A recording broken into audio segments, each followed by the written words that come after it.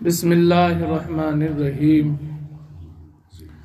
اللہم صلی علی محمد وعلی آلہ وصحبہ وسلم۔ مصیبتوں کے حوالے سے نبی علیہ السلام کے ہم فرامین پڑھ رہے ہیں، تو مصیبتوں کے اعتبار سے رزق کی تنگ دستی، رزق کی پریشانی، رزق میں کمی ہونے کی مصیبت کو سب سے بڑی ایک پریشانی معاشرے میں سمجھا جاتا ہے۔ ہم ایسے موقع اور ایسے وقت تلاش کرنے کی کوشش کرتے ہیں کہ جب ان اوقات میں اللہ رب العزت سے رزق مانگا جائے تو رزق میں فراوانی آ جائے، گھروں میں سے تنگ دستیاں اور پریشانیاں دور ہو جائیں۔ اور ایک ہے کسی بندے کا اللہ کی بارگاہ میں یہ کہنا کہ یا اللہ مجھے رزق عطا فرما، اور ایک ہے اللہ خود اپنے بندوں کو پکارے اور فرمائے ہے کوئی مجھ سے رزق مانگنے والا۔ یہ دو مختلف باتیں ہیں۔ رزق میں صرف کھانا پینا پھل ہی شامل نہیں، اللہ نے انسان کو جو کچھ بھی عطا فرمایا وہ سارے کا سارا رزق ہے۔ اس کی صحت بھی رزق ہے، اس کی آنکھ کا دیکھنا رزق ہے، اس کا اخلاق، اس کی اولاد، اس کا مال و دولت، اس کی جائیداد، جو کچھ اللہ پاک نے کسی کو عطا کر رکھا ہے وہ رزق ہی ہے۔ الحمدللہ۔ آج کے درس کی شامل حدیث مسند احمد میں سے ہے، اور اس کے راوی ہیں حضرت ابو ہریرہ رضی اللہ تعالیٰ عنہ۔ ان رسول اللہ صلی اللہ علیہ وآلہ وسلم کان یقول، فرماتے ہیں کہ اللہ کے رسول علیہ السلام ارشاد فرماتے ہیں، اذا بقی ثلث اللیل ینزل اللہ عز وجل الی السماء دنیا، فرماتے ہیں کہ جب رات کا ایک حصہ باقی رہ جاتا ہے تو اللہ تعالی اپنی شان کے مطابق دنیا کے آسمان پر نزول فرماتا ہے۔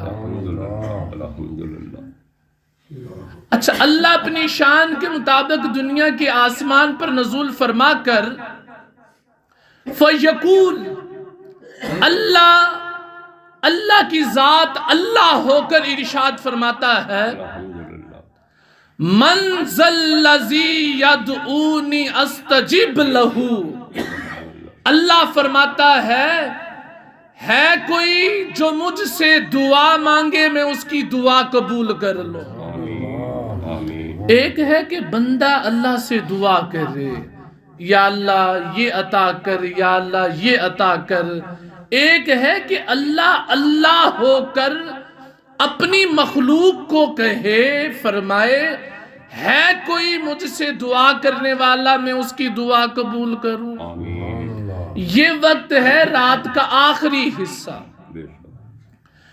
پھر اللہ رب العزت فرماتا ہے، من ذا الذی یستغفرنی اغفر لہ، اللہ فرماتا ہے کوئی مجھ سے اپنے گناہوں کی معافی مانگنے والا میں اللہ اس کے گناہ معاف فرما دوں۔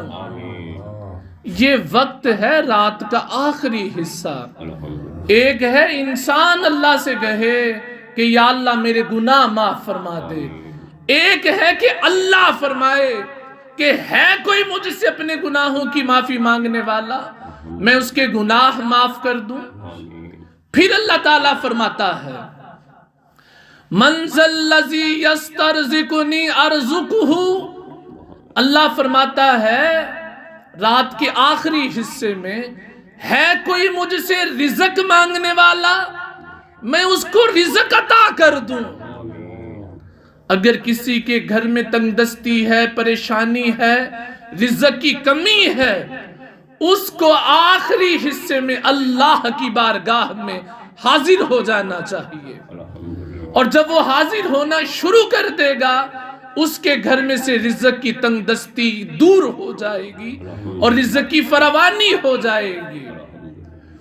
پھر اللہ کے رسول نے فرمایا، اللہ فرماتا ہے من ذا الذی یستکشف الضر اکشفہ، ہے کوئی مجھ سے اپنی مصیبت کو دور کرنے کی دعا مانگنے والا، میں اس کی مصیبت کو دور کر دوں۔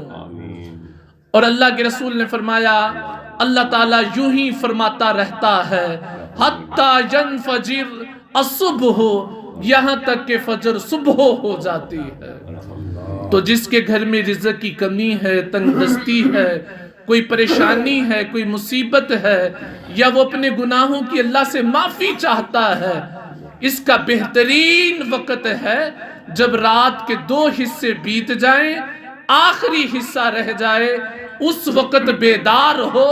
اللہ آسمان دنیا پر اپنی شان کے مطابق نزول فرما کر خود صدا دیتا ہے کوئی رزق مانگنے والا، ہے کوئی گناہوں کی بخشش اور مانگنے والا، ہے کوئی اپنی مصیبت کو دور کرنے کی دعا مانگنے والا۔ اللہ رب العزت ہمیں حضور علیہ السلام کی سنتیں، آداب، احکامات سیکھنے، سکھانے اور ان پر عمل پیرا ہونے کی توفیق عطا فرمائے۔ وما علینا الا البلاغ المبین۔